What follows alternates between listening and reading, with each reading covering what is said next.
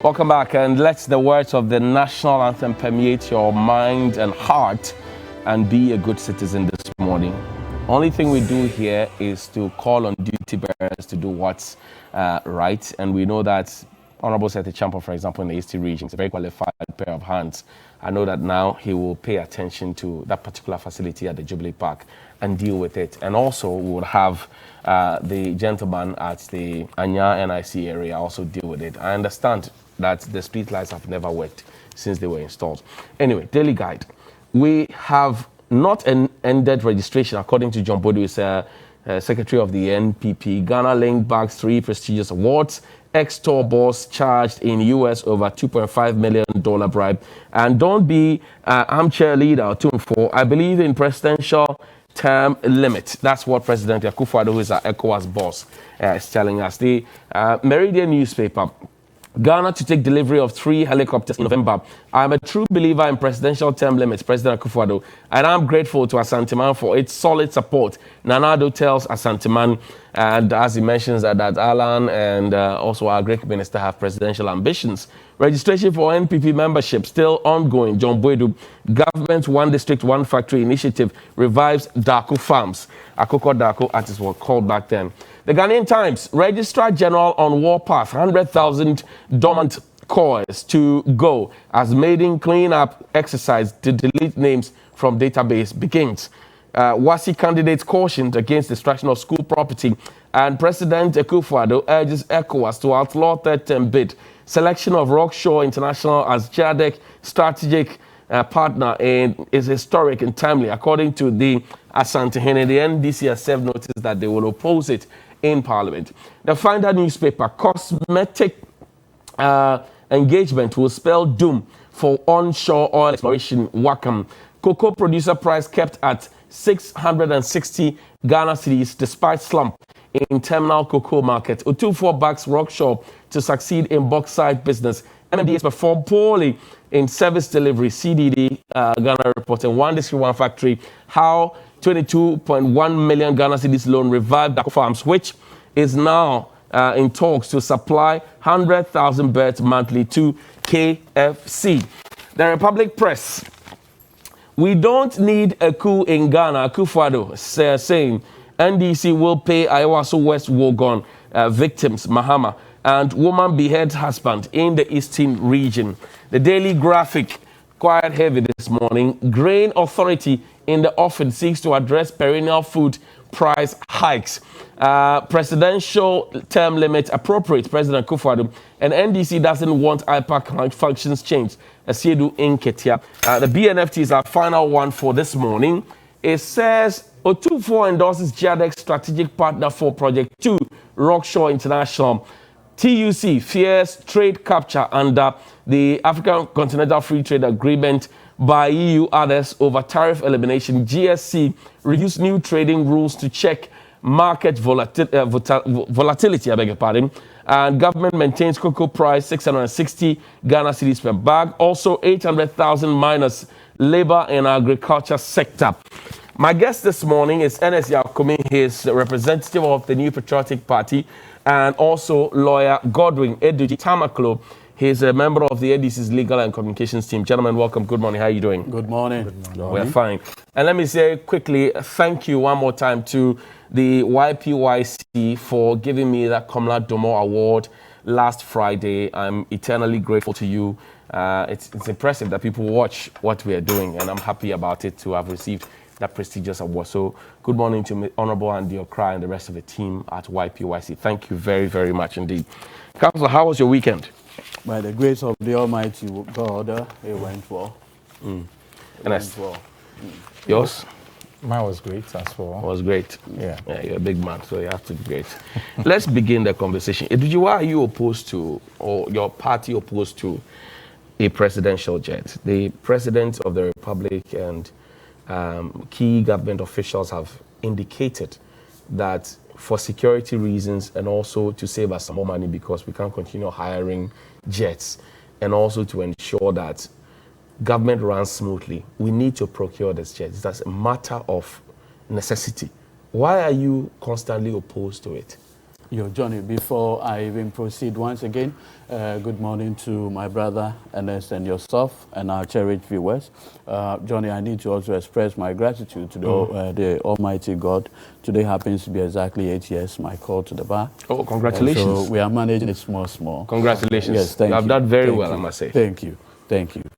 Now, with this, I want my response to the NDC's opposition to the reckless, to say, attempt by the Akufo-Addo administration to purchase another presidential jet when we have one that is airworthy.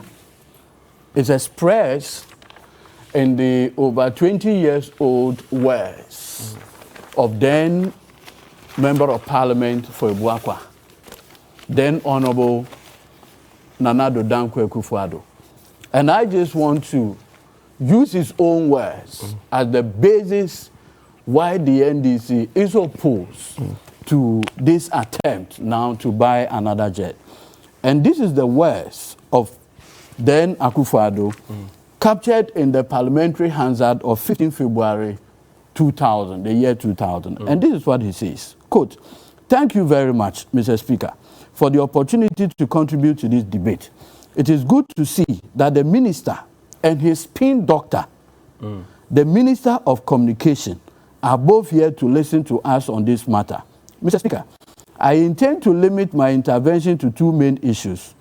Already, my honorable colleague, Member of Parliament for Ofinso North, Dr. K.K. Apreku, has in his usual powerful presentation alerted us to the sensitivity of the transaction, that at the time when there is a crying need for greater public investment in our social services, in our health services, at the time when students are crying for an increase of public expenditure in tertiary education, they are met with a cry that there is no money.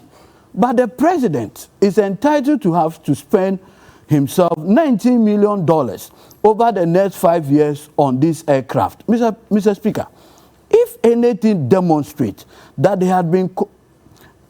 has been consistently urged from this side of the House for us to review and prioritize public expenditure, this case justifies that call. I have no doubt, Mr. Speaker, that if the priorities are spelled out properly, the purchase of an executive jet will come very low down on the scale of priorities. Mr. Speaker, there are two matters of legal nature, quasi-legal nature, that I want to speak to. One, transparency, among other things. Times have changed.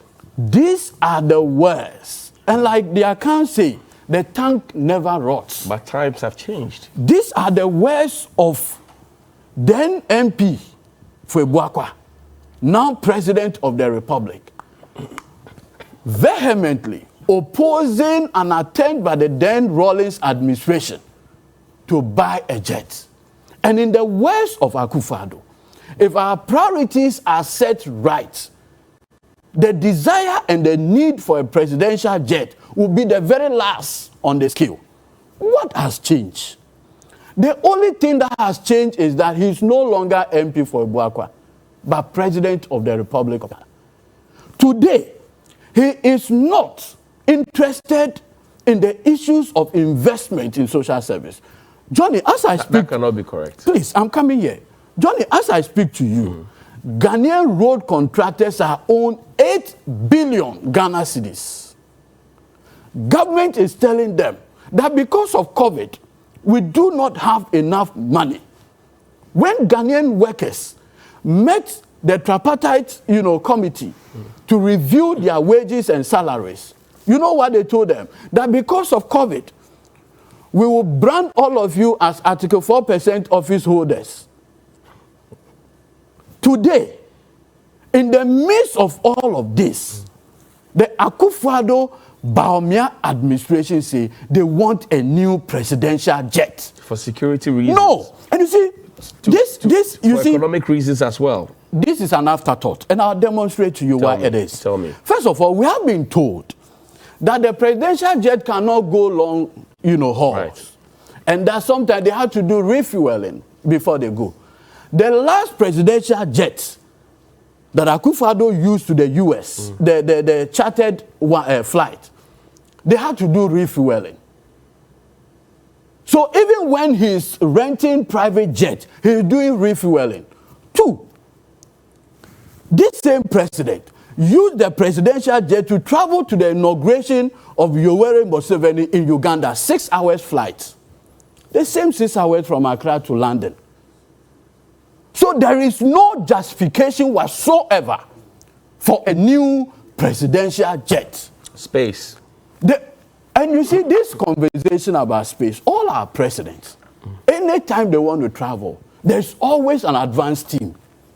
What the advance team does is that they go ahead of him, the hotels that he will be, you know, to ensure he's not bagged, among all of those things. So the question of space does not even come in, because you always have an advance team using commercial flights. So let nobody, but you see, Johnny, what is even more shocking is that in 2019, the chief of staff representative was in parliament to, you know, speak to the presidential expenditures. It was then that the minority uncovered that from January to September 2019, Akufo-Addo Bawumia presidential travels alone cost the taxpayer 62 million Ghana cedis. Did you measure also what the travels brought to us as a country? Look, you see, I've always said his last travel to Germany, for example, brought us vaccines. You see, anytime this thing comes, government spin doctors and propagandists raise this issue. Angela Merkel, the president of Germany, had already announced that the German government was going to give 70 million vaccines, dosages to developing countries. In fact, those African leaders who did not attend that program are beneficiaries. So what it means is that with or without Akufo-Addo's travel to Germany, we're still going to be beneficiaries of that. So it is not a justification for another presidential jet. So that one, let us not even speak to it. I have listened to spin doctors of this government say, you know what, the jet, the security, do you know that the best form of security for any president is to travel in an aircraft manned by personnel who have sworn an oath of allegiance to this republic? Now, this private jet that he is renting, do you know the people manning it? These are persons without any allegiance to Ghana whatsoever. President Mills used to travel in commercial flights. No, the point is that on your security argument, right. I am saying that the best form of security argument. It's the argument of government. No, that is what I'm saying, that the best form of security is to have your trained men of the Ghana Air Force manning the aircraft. Because you see, it's a form of prestige to them. Anytime they man it, they record it. It's a badge of honor. And they want to be the one carrying our president because they have taken an oath of allegiance to the Republic of Ghana. So let nobody say the basis for a new aircraft when we have one aircraft that is in very pristine condition. I make this point because, see, we took delivery of this aircraft in 2010. The aircraft had 25-year, lifespan. We are just in the 11th year out of 25. And then the government has realized that it is not fit for purpose. I just told you that as we speak, President Akufo-Addo and Bawumia have rented this same presidential jet to other African leaders. Their point is that, Ghana has had a relationship with other African leaders. No, listen to me, support Johnny. them, they support Johnny, you. my brother here, Ernest, would agree with me that you cannot be saying that an aircraft is not airworthy, but you have given it to another leader, a sovereign leader, to use. Are you saying that you are giving him bomb to hold?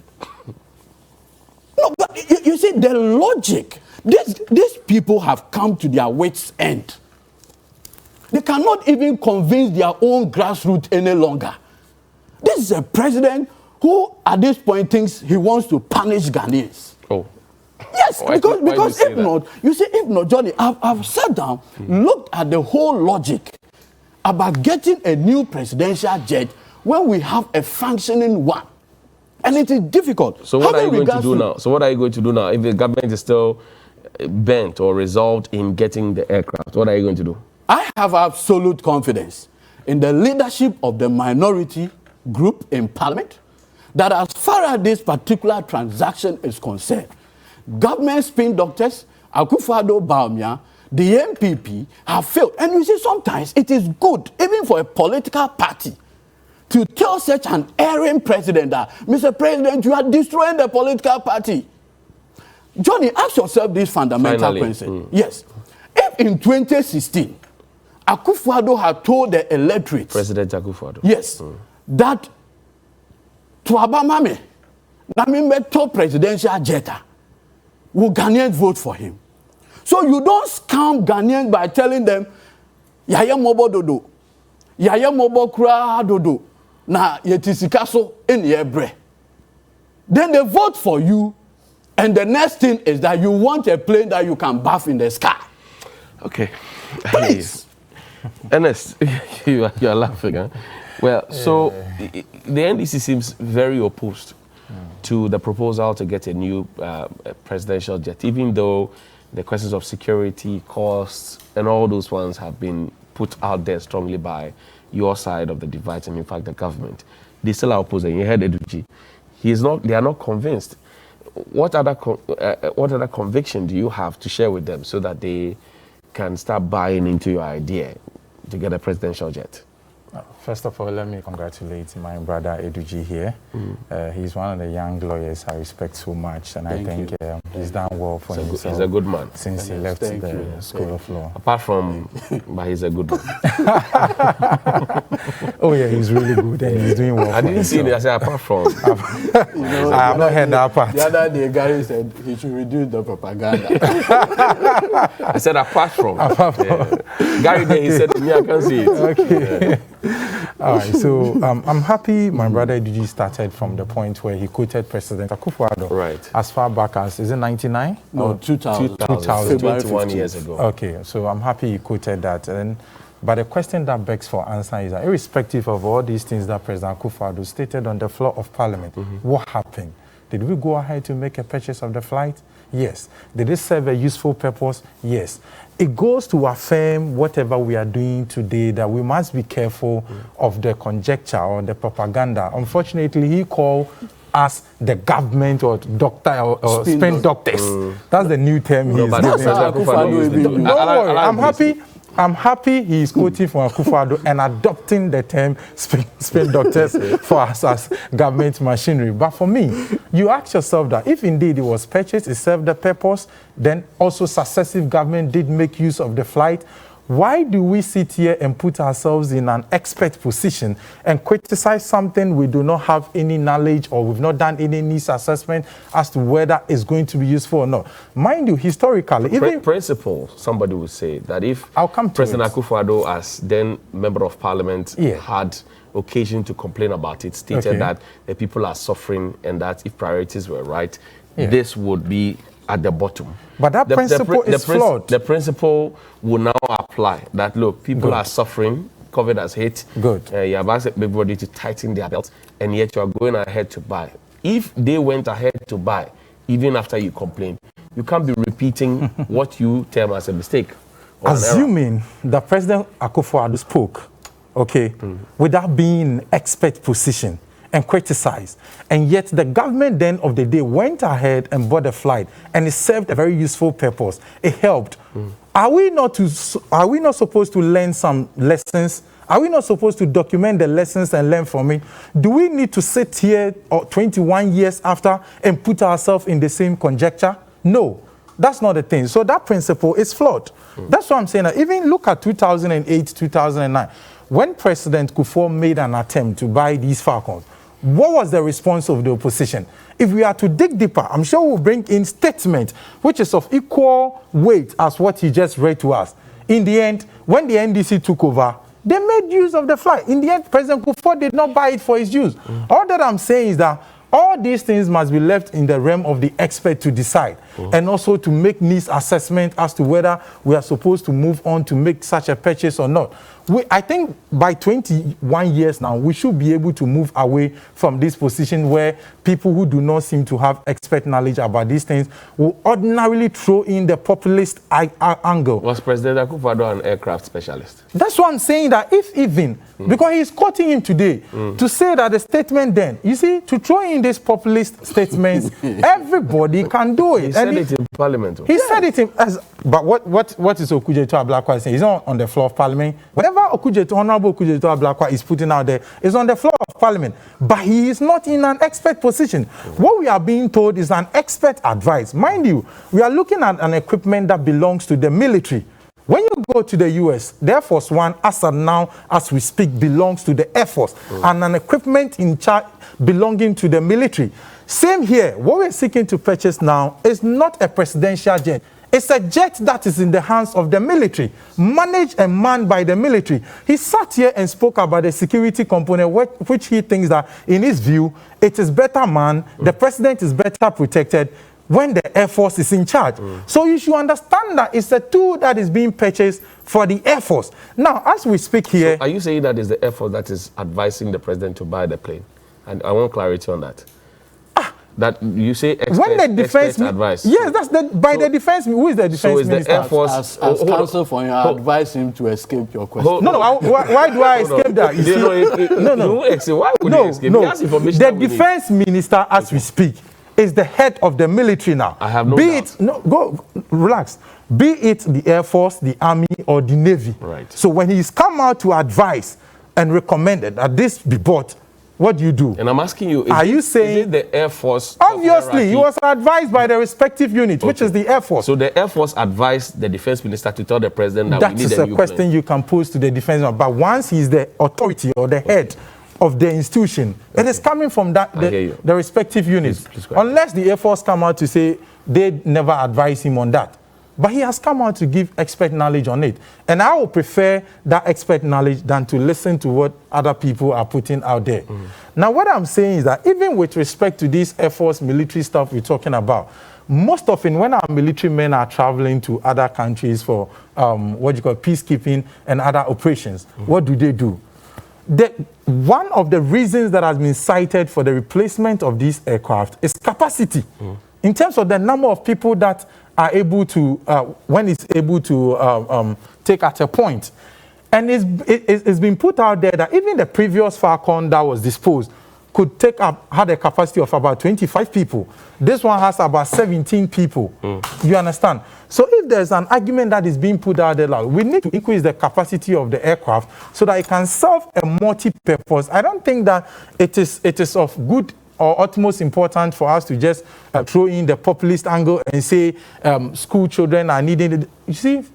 Are you suggesting that the presidential jet, if acquired, will be taking peacekeeping officers? It says multi-purpose. Exactly. Are you saying that? Yes. Do you know this for a fact? I know that for a fact. Even when the presidential jets carries peacekeeping troops. Check the needs assessment that was done by the President Kufuor administration in their decision of making a purchase of two Falcons. Okay. The one that the EDUG and his people decided to abandon or resell the bigger one and go for the smaller one. One of the reasons cited equally in there was to make sure that our peacekeepers and our military force that travel outside has constant access to the flight. So what I'm saying is that in the end, if you buy a bigger capacity flight, they will have access to it. They will be able to use it at all time. All these savings will be made to the state. So it's a matter of doing a needs assessment. I'm struggling to understand you. Why would you? Air Force One, which is for the President of the United States, yes. Does it also carry troopers? You can find out. It is when the president mans when he sits in the Air Force One, that's when it becomes Air Force One. Okay. But when he's not in it, it remains an official state flight belonging to the Air Force. That everybody can use. I don't know what they are. Because you are saying. I don't know what I am giving you. So in a particular case, hold on. What is it that the presidential jet, like what we have now, the Falcon, is it a free for all kind of thing until the president mounts it? Why would you say it's a free for all? If it's a tool belonging to the military, and the military has access to it, and they can use it for their peace operation travels and all, it's not a free for all. I hear you. And wrap up for me. So you see, all this argument or the populist argument we are throwing in, there will always be an opportunity cost in terms of decisions that we made in life. What is important is finding a fine balance as to the decisions that we make. So you cannot sit here, or my brother Ediji cannot sit here and just throw in that people need this, people need that, and therefore, why are we going in for it? There's always a fine balance, and that's what you need to learn. Now, all this argument that we throw in about luxury here, luxury there, you can make your team do a check. Almost every private jet that is coming out currently has those components they term as luxury. Like bathroom. Like washrooms and all dining hall. Whatever you term it. It comes as a component. So what I want my brother Ediji to understand is that if you are in need of, let's say, a V8 to travel today, and your company or your organization makes one available to you, which has screens and other things in it, it does not necessarily mean that your company wants you to enjoy the screens. That's why they got you that particular V8. The most important reason why they got you the V8 is for your travel and your safety. Now, as we speak here, he made mention of airworthiness. Oh, the flight is airworthy. What are they talking about? You see, being airworthy does not mean that it can go to every part of the world. And as we speak here, he makes an argument that somebody sat in it to go to swearing in somewhere 6 hours. Well, you're in Museveni. He himself, the president. And that it is equivalent to the flights. I'm happy he pointed out. You see, the president has started to UK. The president has started to attend to other events at other African countries. You and I are not experts. We don't know under what conditions he was advised to make use of the flight then. And we don't we do not also know. Oh, no, you're not supposed. I allowed you to. It's like every minute. Go ahead. You see, you and I, we are not in that position to determine that. But I'm saying that you could have two cars, a Corolla and you have a V8. The Corolla is roadworthy, your V8 is roadworthy. Now, but when you are traveling to certain terrain, why do you make the choice of using the V8? It is not because your Corolla is not roadworthy. It is equally roadworthy. But you have decided to make a choice of the V8 because of your safety. Maybe the nature of the road. Maybe where... So there are different reasons that can... So what we're going to buy now is akin to a V8. No, it's not akin to a V8. And what we have now is a Corolla. I am giving you a comparative analysis for you to decide and for you to know what goes into the choice of... You don't just say an airline is airworthy. So because of that, the president should use it to every point. Thank you. Especially where we've been told about certain technical hitches which has come up within some time period. Now, no, Johnny, just give me some period to just wrap up. Now, go ahead. With all this refueling that he cited, you see, an airline can refuel today, or let's say you're moving from America, you refuel somewhere. Have you checked the number of times that this one refuels before even it gets back to Ghana? No. The fact that he rented one and that one also refueled is a normal practice within the aviation industry.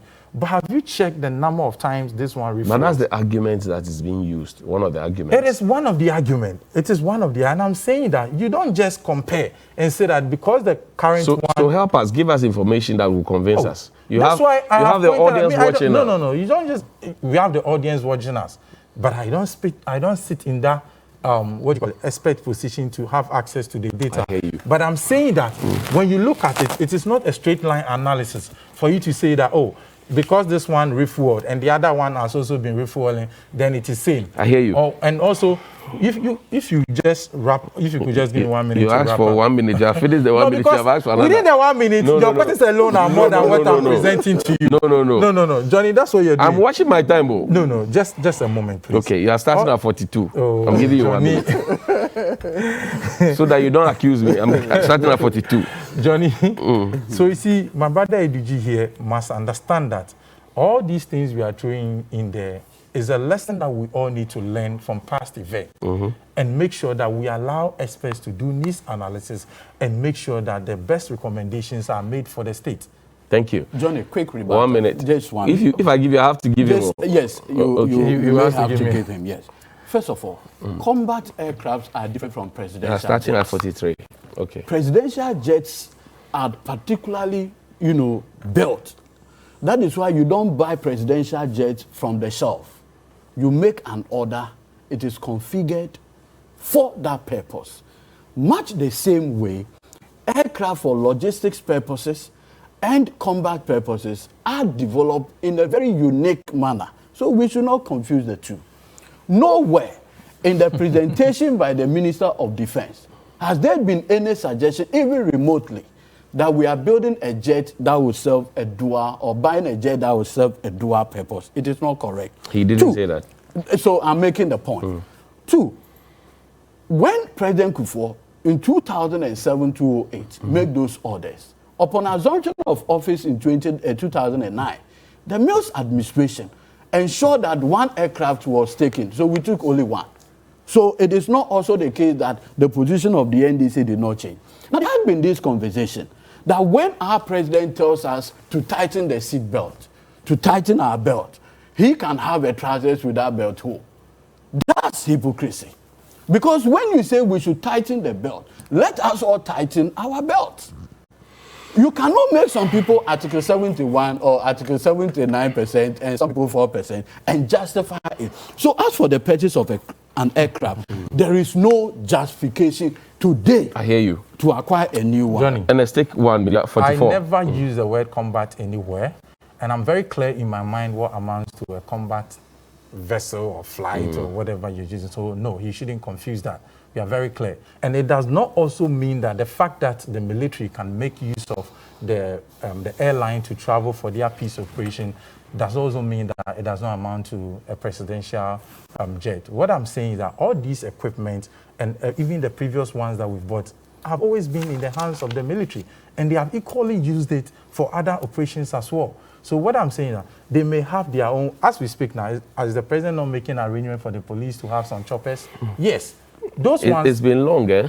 Yes, but at the end of the day, that arrangement has been made. But it's been long. But then we've been updated on us to the decision. It's been long. The people must be trained to manage their own official. It's been long. Well, I don't know what you term as long. It's been long. At the end of the day, it's a very good decision. It's going to help Ghanaians. I agree. It is part of our money that is being used for that, and it's a very useful venture. So as we speak now, my brother cannot say that what is a combat airline is what I'm referring to. I hear you. What we know and we do that's happened is that the military do make use of these airlines. I hear you, but the In fact, helicopters, it's been long. They are using the Airbus for that purpose. So there's no such need. And that is why I'm saying that. For the sake of transparency, you and I, Ernest, let the Minister of Defense put out any needs assessment by the Ghana Air Force today to this government. There is none.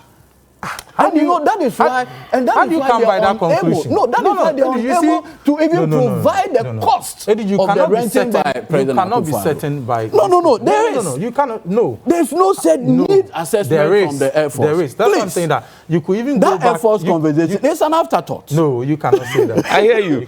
Anyway, send us your thoughts and comments and we'll share them with the rest of the wonderful world. We sit here in Ghana and we classify it in our own terms as a presidential We jet. broke a But story you and I for know. you the other time at in the Savannah region, Kulpi JHS, where a teacher is alleged to have sodomized 19 boys. We broke that story to you.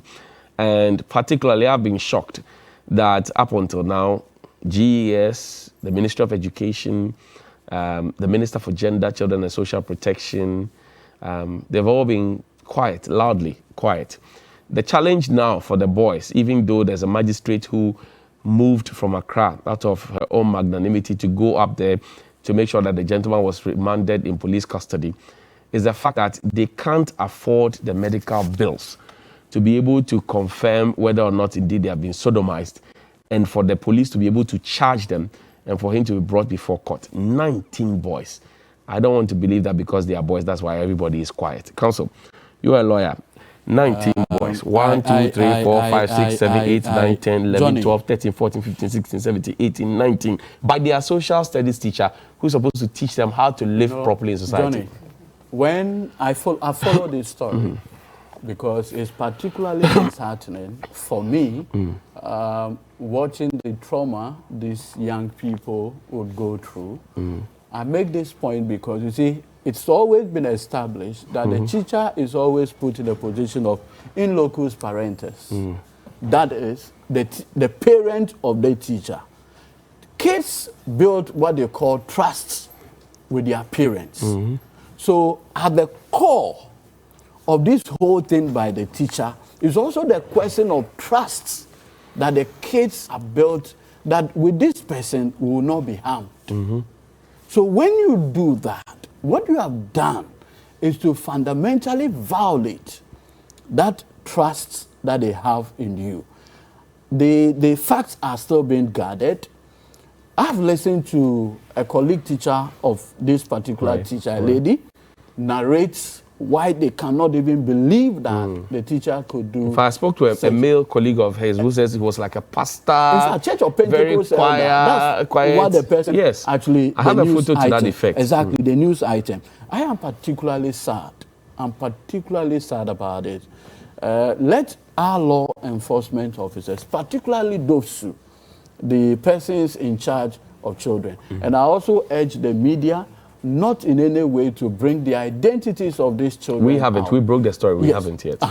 The identities of these kids ought to be guided jealously because of the stigma that this thing can be associated with, because it may follow them the rest of their life. The truth of the matter is that even their colleagues in school, per our reporter, Christopher Mwako, is that the children are teasing them because they know. No, that's so now the elders in the town have had to summon a meeting and tell them that if you tease them, we will put you before the police. So, but the question for me is this: more than a week after the story broke, the police has not issued a statement. Like you have Kwesi Fori sign a statement to say we have arrested so and so person, blah, blah, blah, blah. They have not issued that. Ghana Education Service, who is supposed to monitor the school system and posted a teacher to the school, have not breathed a word. The Ministry for Gender, Children and Social Protection have said nothing. Social welfare is quiet. Nobody has got in there to give them psychological support. And that for me is the big question. You know, Johnny, in all of this, again, it's not too late. I would encourage the Ghana police, all the authorities involved in this matter to quickly address this concern. I am particularly interested in the welfare of this kid. I know my friend Brighter Pia of Child Rights International is listening to the conversation and will take this up. You see, a society, how civilized a society is determined by how it treats its vulnerable people. Vulnerability. And kids are within that bracket of vulnerable persons. And for this thing to happen to them, particularly of someone they have reposed so much trust in, it's a very terrible and sad commentary on everything that we represent. I hear you. This is not Ghana. Ernest, a teacher has sodomized, allegedly, 19 of his pupils. He's supposed to teach them, but he ends up eating them, according to the children. Authorities are quiet, and that for me is a problem. Switch 19 boys with 19 girls, or 19 boys with just one girl. And I'm not saying this should happen to anybody, or a girl or what, but I'm saying just switch 19 boys, flip the number, take off the 9, leave 1, and hear the nation speak. The minister is quiet. Everybody is quiet. Johnny, when it comes to the vulnerability of children, it's something that we all know it is very high and it is very unacceptable. That is why we have specific laws protecting the rights of children. So in Ghana, for instance, we have Children's Rights, Children's Act that protects the rights of these children. And as Lawyer Eduji pointed out, I mean, the law protects them, and we have agencies that are responsible for the protection of these children. It is my expectation that as this issue keeps developing, they will show utmost interest and make sure that they pick up these matters and follow up and make sure that people are punished or the person involved is punished accordingly. Now, NGOs and other civil service, civil organizations that are into the protection of children must also take it up and do their best to make sure that the rights of these children are protected, and also in terms of the trauma that they go through psychologically is being handled right, so that they don't live to face any social challenges later part of their life. Yes, stigmatization. These ones are very why is it difficult, for example, for the Minister for Gender to speak? And for example, I'm concerned about the fact that they can't find money to do the medical test. For the health minister or education minister or gender minister to call and say, look, let's waive this off. Or for even the district assembly to say, let's waive the fees off, test the boys, give them even an HIV test, confirm whether or not they have been sodomized, and deal with the matter. More than a week, everybody is quiet. Lonnie, I cannot tell whether it has come to their attention. You know how it's been in the press for God knows how long. But you and Bright Appear has spoken about it. Police are talking about it. I get you. I know national security monitors the press. And I'm sure that in their security briefings, they must have mentioned it somewhere else. If they haven't, I'll be so disappointed. 1 week, 19 boys. You see, I get your angle where you want to bring in every state agency because you think... Because that's why we pay them. No. But you cannot do that. We have respective agencies that are responsible for specific decisions. The minister is responsible. That's what I'm saying. Adjoa Safo is supposed to be responsible. Oh, Johnny, relax. So what I'm saying is that we cannot tell whether it has come to her notice, irrespective of the fact that you want to draw... Minister for Gender... I'm not drawing her. It is the mandate that is given to her, what they have written Johnny, on their allow me to speak. Now it's like basically you are speaking for me. Yeah, because I'm sad. 19 boys. We are equally sad, but it does not also change the fact that within a week, it could have not come to her attention. It's not something that has come to her attention. Oh, what are you saying? These are people that she works with almost daily. School feeding, maybe somebody has taken deliberate decisions to write to her. But you are talking about something that is in the media. It's not all the things that is in the media that gets your attention. So I see. That's what I'm saying. Within a week is not an extended time frame for you to say that, oh, no, because maybe it has not come to our attention. Then we need to allow things to happen. And equally, you can also, as a journalist, take your time to even draw her attention to. Then you can speak rightly to that. Look, I have taken steps to draw her attention. I have even informed the ministry about this. I am just playing the devil's advocate. I've told people who are close to her. You've told people who are close to her. Okay, then you could speak to that if indeed you have done that. But what I'm saying is that if it has come to her attention and she's not acting, then she can be blamed for that. But I seriously think that if it comes to her attention, obviously she will take steps, because Adjoa Safo that we know, and also the ministry, based on the decisions that they've taken in the past, I know will certainly do something about it and will not allow these children to suffer in vain. And as you're saying, I don't also think that there's a need for us to compare whether it was a lady. It is our collective responsibility to protect the interest of our children. You saw how traditionally we're all raised up. Even if there's one boy in the community that is misbehaving, even though the person is not your child, you have every right to spank or to correct that child. That's how traditionally we were all raised. So it is our collective interest to make sure that these children, their rights are protected and they are well brought up for society. So it is in our own interest to make sure that government machinery and all other agencies, non-governmental agencies that are in that space will take this up and protect the children's interests and make sure that they are well reformed to pick up in society. I hear you. Good morning to you, lawyer Adjoa Safo. Ernest is playing the devil's advocate on your behalf that it may not have come to your attention. Let me say good. Let me say good. I want to believe that. Let me say this thing really comes to your attention. Exactly. I'm bringing it to your attention now. Good morning to you, lawyer Adjoa Safo. Good morning. 19 boys have been sodomized, allegedly by their social studies teacher, who is supposed to teach them how to live in society. A supposed man of God, village pastor, SU president, all of that. Very quiet. Please deal with the matter. Good morning to you, Professor Pukwa Mankwa, Director General of the Ghana Education Service. The children are supposed to be under you. They are supposed to be monitored. The teachers are supposed to be monitored as well, all of that. This has happened. I've not read a statement from you. Good morning. Good morning to you, Interior Minister and Attorney General. We want expedite action on this particular matter. And good morning to you, Health Minister. Can we just make a simple call to say the boys can't afford, their parents have said farming has not been good this year. So can we just make a phone call, waive the bill, let the boys get tested so police can charge them, and then we can know whether or not the boys were sodomized or not. That's all I'm asking for. 19 boys. 19 boys.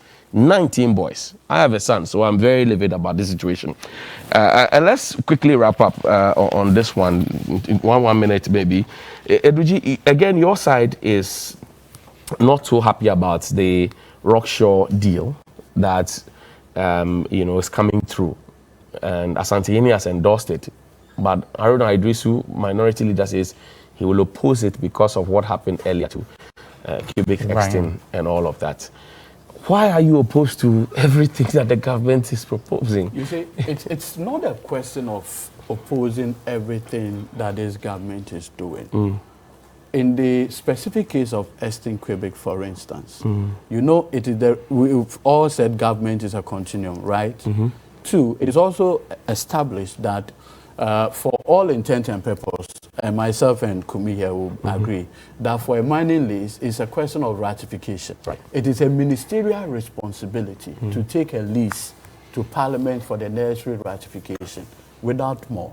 Now, when a government comes and decides for whatever political consideration to refuse to take a mining lease to Parliament for the necessary ratification, and now uses the non-ratification as the basis to abrogate that particular lease, then it speaks of fundamental bad faith. Because a mining company does not have the capacity to go to Parliament with this lease for ratification. Somebody must take it. It is the minister, and in this case, Minister Mewu. Now you refuse to do that because you believe that the lease was granted in the previous administration. What then will be your moral justification to now give the same concession to a different person in a different way and say that this time round, I am bringing it to Parliament for ratification? What will be the consideration? And so, Johnny, all that we are saying is that what is good for the goose or whatever is good for something else. So, absolutely. So it's payback time. No. We are simply saying what That's what it means. No. What are the principles? You want to understand the principles? Yes, I want to understand the principle. Why you refuse in the past, but now the same person you want to do it. Is it because he's associated with the MPP? So that when you are an MPP... Oh, it's an MPP person in there.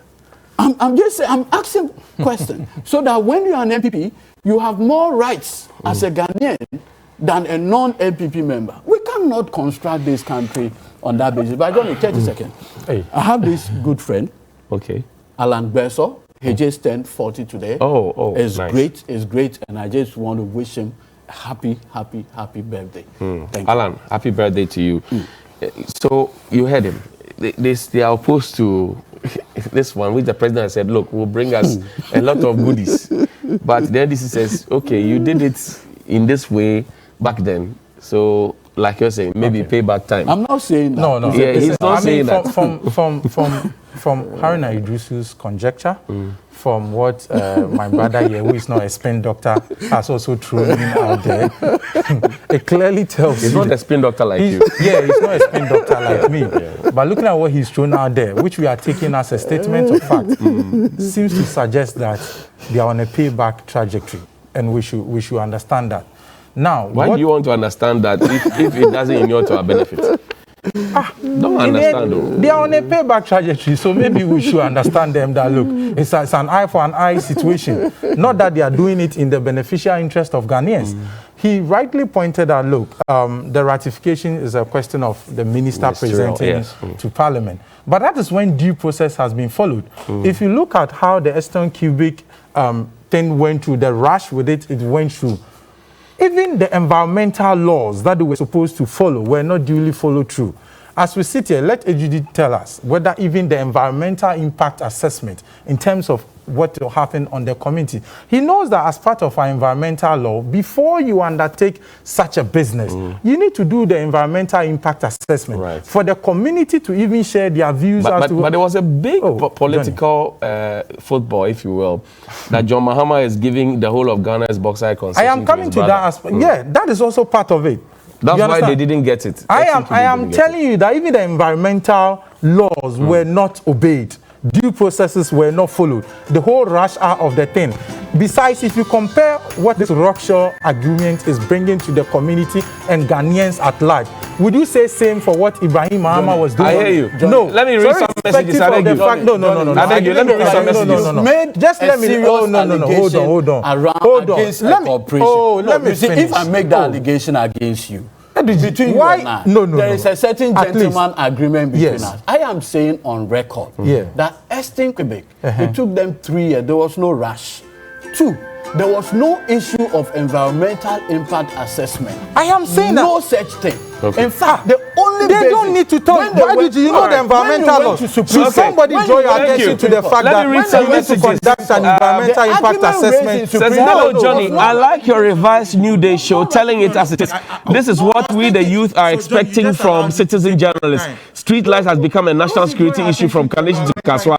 The street lights have been sleeping since ease from Kaswa. Hashtag Good morning, Johnny. I used Alajo overhead close to the police depot, and can you believe the traffic lights aren't working? I don't know for how long though, but I used the road on Saturday, and yesterday the value is the same. Sule from Sunyani KTK says no government in Ghana's history has managed to deliver and fulfill his promises to the good people of Ghana than His Excellency President Akufo-Addo's led government in terms of healthcare, employment, sustainable energy, industrialization, education, transportation, agriculture, railway, and prudent banking. His Excellency Akufo-Addo is a generational thinker. Let's support him to transform Ghana. For all, the battle still remains the Lord. Prince Henry Kufuridia says, good morning, Johnny. The most pathetic and disheartening aspect of the Kufuridia Jubilee Park is that it accommodates the police in terms of training. The park is just 100 meters from the regional police headquarters, of which each and every morning you see some police recruits using the park. The park is just adjacent to the regional culture center, and people go there and each and every day to have wedding and other ceremonies. They pay for those, I told you. It is very sad. We've left projects we have built out of a meager tax to go waste when we keep burdening the poor citizens with more tax. It has turned into a haven for criminals too. Johnny, our current leaders have lost their moral right to lead us. They think of themselves more than the citizens. People are struggling and trying their best to get a push, but they don't get it. And we are here talking about jet. I weep for this country. Aram Adenta News Site. Good morning, Johnny. It's very sad why President Akufo-Addo won't have sympathy for Ghanaians and still wants to purchase a presidential jet. That's what you're saying there. Okay, it's very sad to have a government like this whose plight is to live a luxurious life and not the plight of the ordinary people. Osman Bukuri's son in Tamale sent that one. For the fact that the presidential jet is fit for purpose and can be used till the next 9 years to come. Why fix it when it's broken? That's the question you are asking here. Well, we can't read everything else, but Duji, somebody has a question for you. He says, I want to ask Lawyer Duji about whether or not we can prosecute those who bought the Falcon and the company by causing financial loss to the state, telling us that the plane cannot last more than 20 years. Duji from Ashama. He's actually your namesake. Quickly from Ambassador Sampi Ali. He says this one. It says, Johnny, what times have changed?